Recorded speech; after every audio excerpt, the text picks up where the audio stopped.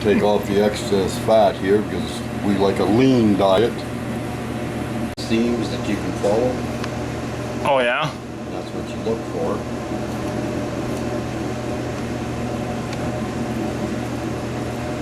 Bit of fat on because that's where your flavor comes from, but you don't want all of it. And this meat's well marbled, little lines of fat that go through it. That's where all your flavor comes from. That's why when you buy a filet mignon, and half the time they're wrapped with a bacon strip because they need the grease because they're too lean.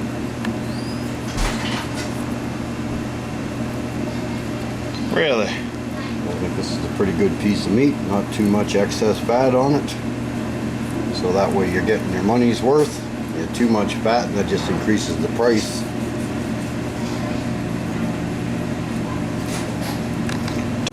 So how do you find the grain?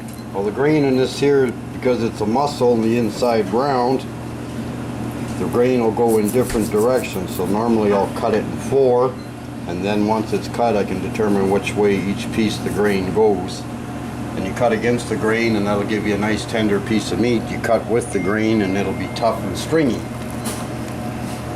Oh, awesome.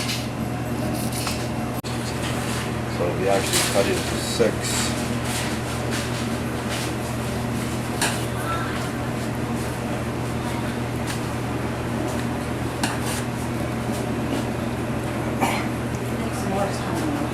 It's always good to have a nice sharp instrument so there's no wasted time or motion.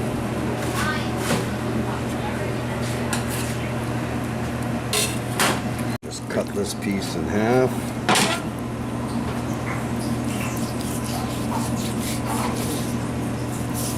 And you'll get a better idea of which way the grain is running in this.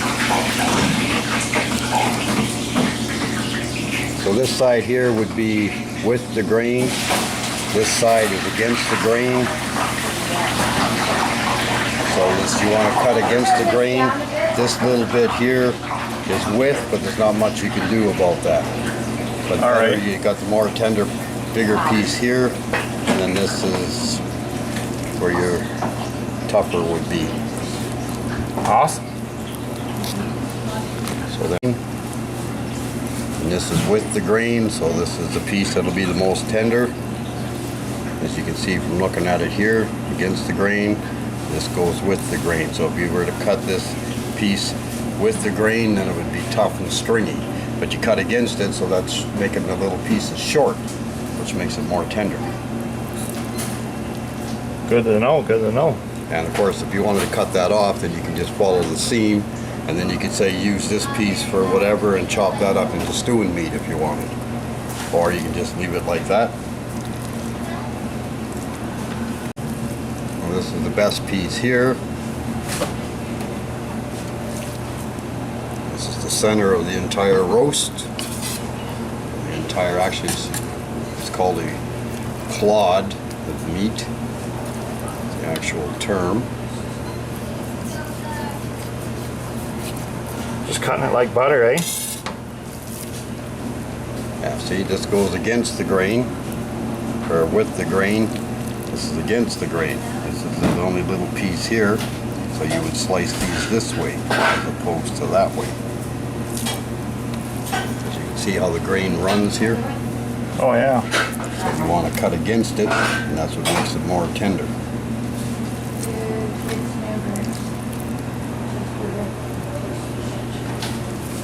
We'll just wrap these. Again, same thing here. You can see all the marbling, that's where all your flavor comes from. All the little white lines of nice fat through there, nothing big, they're small, they're fine. Flavor the meat nicely. Should be a nice, tender, flavorful piece of meat.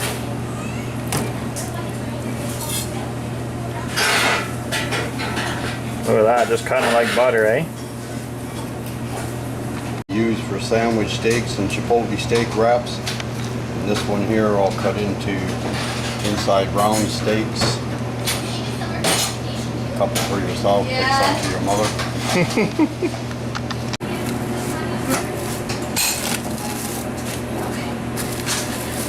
want them after?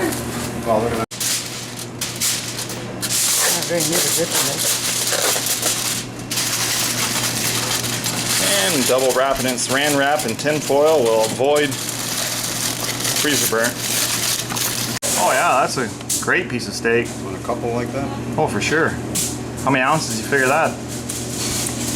Probably close to a pound, if not more. Nice. Perfect. But you know, you throw.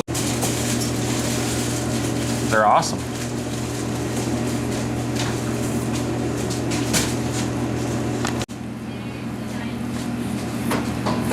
A lot of precision.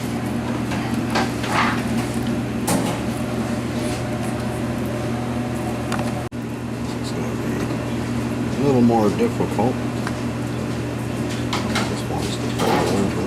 So same 2 large fries, you eat. You know, sometimes they'll say something else, and oh no, I'll change that too. Yeah. Square orange container in there. This one? Oh, right here.